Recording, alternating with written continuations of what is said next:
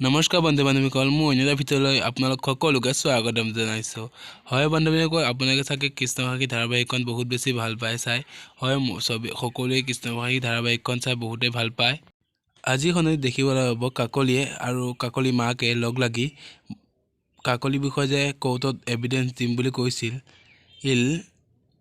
সেই বৰষা নামৰ ছোৱালীজনীক মাৰ্ডাৰ কৰিব। আৰু সেই কথা আজি কৃষ্ণহঁতৰ ঘৰ সকলোৱে গম পাব।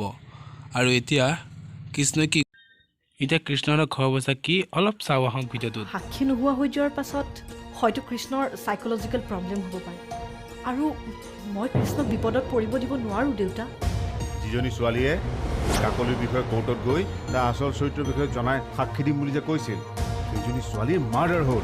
তুমি সোনকালে ঘৰলৈ আহিব পাৰিবা নেকি? ঘৰলৈ? তুমি সোনকালে ঘৰলৈ আহাচোন। কৃষ্ণ।